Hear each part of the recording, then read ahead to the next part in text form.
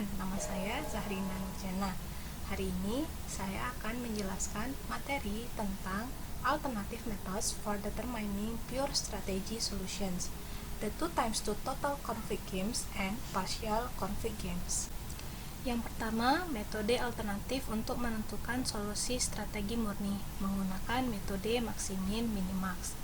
Untuk menerapkan kriteria, kami memilih nilai minimum di setiap baris dan kemudian pilih yang terbesar atau maksimum dari minimum itu untuk menentukan sebuah nilai maksimin. Strategi yang sesuai adalah strategi maksimin. Mari kita pertimbangkan lagi contoh 1 pada bagian 10.1, yaitu pemain baris adalah Home Depot, pemain kolom adalah S Hardware, dan nilainya adalah Home Depot.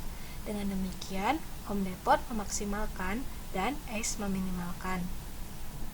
Dapat dilihat dari tabel, maksimum dari minimum baris adalah 60 dan nilai mewakili maksimal Home Depot. Strategi yang sesuai adalah strategi kota besar, yang mana strategi maksimin dari Home Depot. Perhatikan bahwa nilai permainan dari Home Depot adalah penyebaran pasar S. Harus sama atau lebih besar dari 60 jika Home Depot memainkan strategi maksimal. Itu adalah S lebih besar sama dengan 60. Dilanjutkan, pada contoh sebelumnya, S adalah pemain kolom dan meminimalkan. Untuk menentukan hasil terburuk untuk setiap strategi S, kami memilih nilai terbesar di masing-masing kolom, karena kolom mewakili salah satu strategi S. Perhatikan tabel pada slide. Minimum dari maksima adalah 60 mewakili nilai minimum. Strategi yang sesuai untuk S adalah strategi kota besar. Jika S memainkan strategi minimalnya, S adalah bagian S pada Home Depot dan tidak akan lebih dari 60. Artinya S kecil dari 60. Perhatikan tabel pada slide. Nilai maksimin dan nilai minimax sama jika S lebih besar sama dengan 60 dan S lebih kecil sama dengan 60. Lalu S sama dengan 60, nilai permainan adalah 60. Home Depot harus memainkan strategi maksimin dan S harus memainkan strategi maksimal. Artinya 60 adalah nilai sekaligus minimum baris dan maksimum kolom. Dari penjabaran tersebut didapatkan sebuah definisi. Ketika nilai maksimin dan minimax sama, nilai yang dihasilkan disebut titik saddle. Jika sebuah game memiliki nilai titik saddle, itu artinya memberikan nilai dari sebuah permainan. Pemain dapat menjamin setidaknya ada nilai dengan memilih strategi maksimin dan minimin. Metode yang kedua adalah diagram gerak. Diagram gerak memiliki definisi. Strategi A mendominasi strategi B jika setiap hasil dalam A setidaknya sama baiknya dengan hasil yang sesuai dalam B, dan sebaliknya, satu hasil dalam A benar-benar lebih baik daripada hasil yang sesuai dalam B. Perhatikan tabel tersebut. Untuk setiap kolom, pemain baris menggambarkan panah dari setiap nilai hasil ke maksimum nilai dalam kolom. Hasil terbaiknya untuk kolom tersebut, yang mewakili pemain kolom strategi, dan diilustrasikan pada tabel tersebut. Kedua, untuk setiap baris, pemain kolom menggambar panah dari setiap nilai hasil ke nilai minimum di baris itu.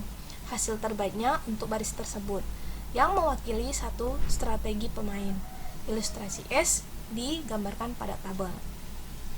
Kemudian dicatatkan bahwa untuk S, strategi kota besar mendominasi strategi kota kecil.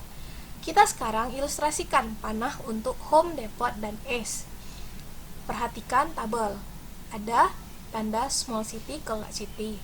Kemudian small city ke large city dari nilai 52 ke 60, 60 ke 68.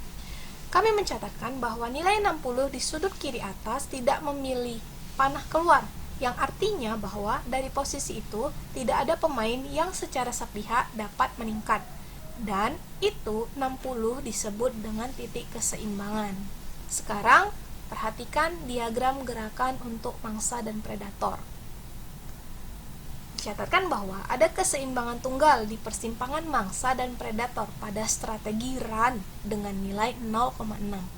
Kami juga mencatat bahwa run mendominasi hide pada strategi memangsa. Pada set latihan, kita akan melihat bahwa itu berkemungkinan untuk memiliki lebih dari satu titik saddle, yang mana pada sebuah permainan konflik, titik saddle akan memiliki nilai yang sama sebagaimana yang ditunjukkan pada latihannya. Sehingga didapatkan definisi, dua poin saddle dalam game konflik total memiliki nilai yang sama jika pemain baris dan pemain kolom keduanya memainkan strategi yang berisi hasil titik saddle. Hasilnya akan selalu menjadi titik saddle. Selanjutnya, permainan konflik total mungkin tidak memiliki titik balik dalam strategi murni. Hal ini digambarkan pada tabel yang ada pada slide. Seperti yang ditunjukkan, panah tidak ada keseimbangan dalam strategi murni. Jika batter menembak dengan cepat, pitcher akan beralih ke kurva. Jika pelempar melempar secara melengkung, maka batter akan beralih ke kurva. Pelempar kemudian akan beralih ke strategi murni. Akhirnya, batter beralih ke strategi murni, dan kita melihat tidak ada keseimbangan dalam strategi murni. Itu artinya, pemain harus memainkan strategi campuran untuk bermain secara optimal. Metode solusi alternatif cepat untuk game konflik total 2x2 dengan cara menyamakan nilai yang diharapkan dari strategi pemain yang bertentangan. Pada bab sebelumnya telah dirumuskan permainan konflik total batter and pitcher sebagai program linear dan mempertimbangkan prosedur dasar berikut untuk menyelesaikan program linear. Yang pertama, tentukan semua titik persimpangan. Yang kedua, tentukan titik persimpangan mana yang layak. Dan yang ketiga, tentukan titik persimpangan yang layak yang memiliki nilai terbaik saat diganti dalam fungsi objektif. Salah satu contoh dari metode ini adalah persamaan nilai harapan untuk duel batter-pitcher. Ditampilkan pada tabel seperti yang ada pada slide. Kemudian, nilai maksimin tidak sama dengan nilai minimax, maka titik balik dari strategi murni tidak ada. Sebagaimana dapat kita lihat dari diagram graf, sekarang persamaan nilai harapan dari strategi pemain lawan.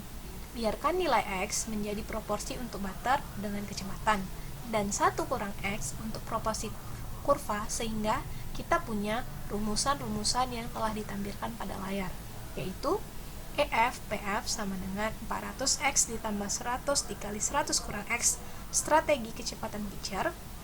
EF PF sama dengan 200X ditambah 300 dikali 1 kurang X untuk strategi kurva pitcher, maka nilai X adalah 0,5. Dengan demikian, batter harus menembak dengan cepat 50% dan kurva 50%.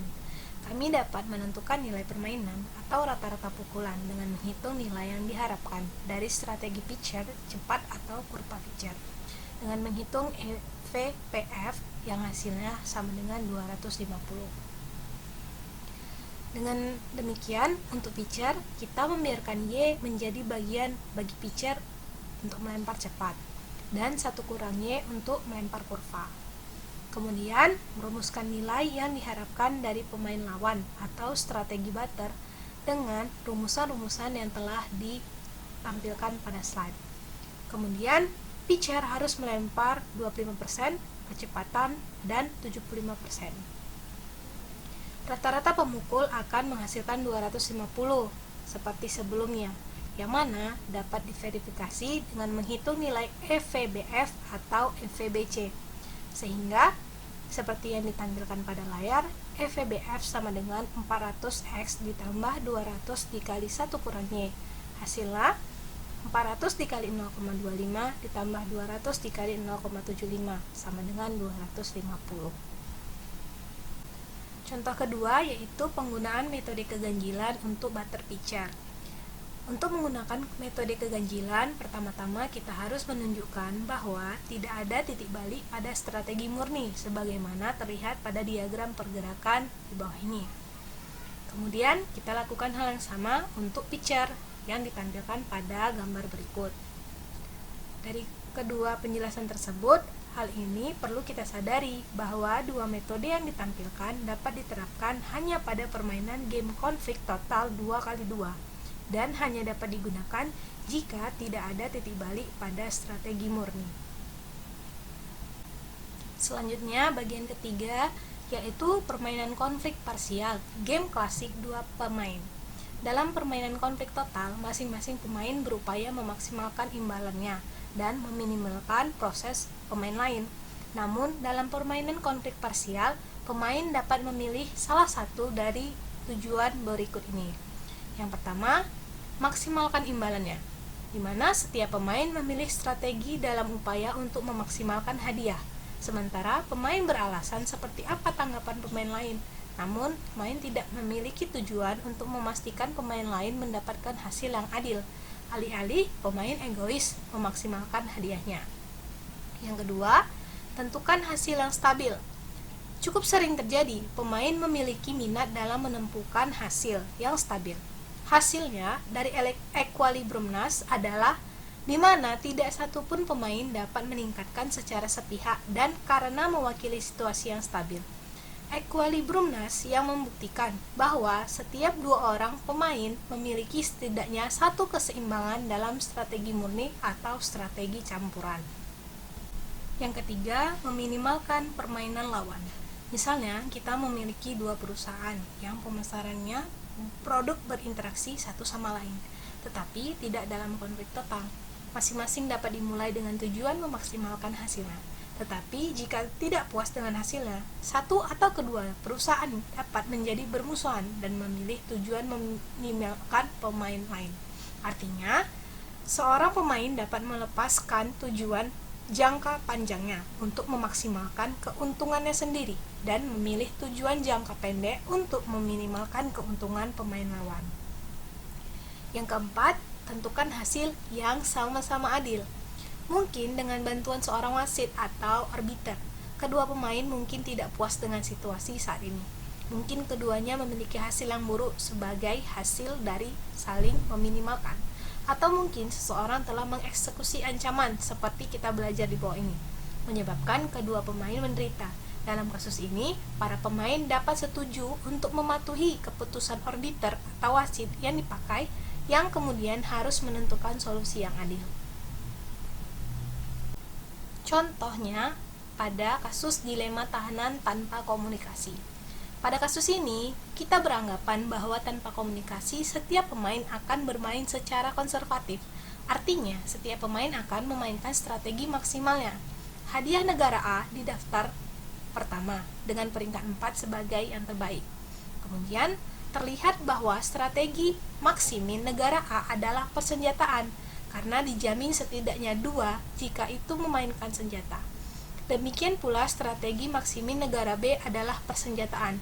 Jika kedua pemain bermain secara konservatif tanpa komunikasi, kita akan mengharapkan hasilnya persenjataan dan persenjataan, artinya dengan imbalan 2,2.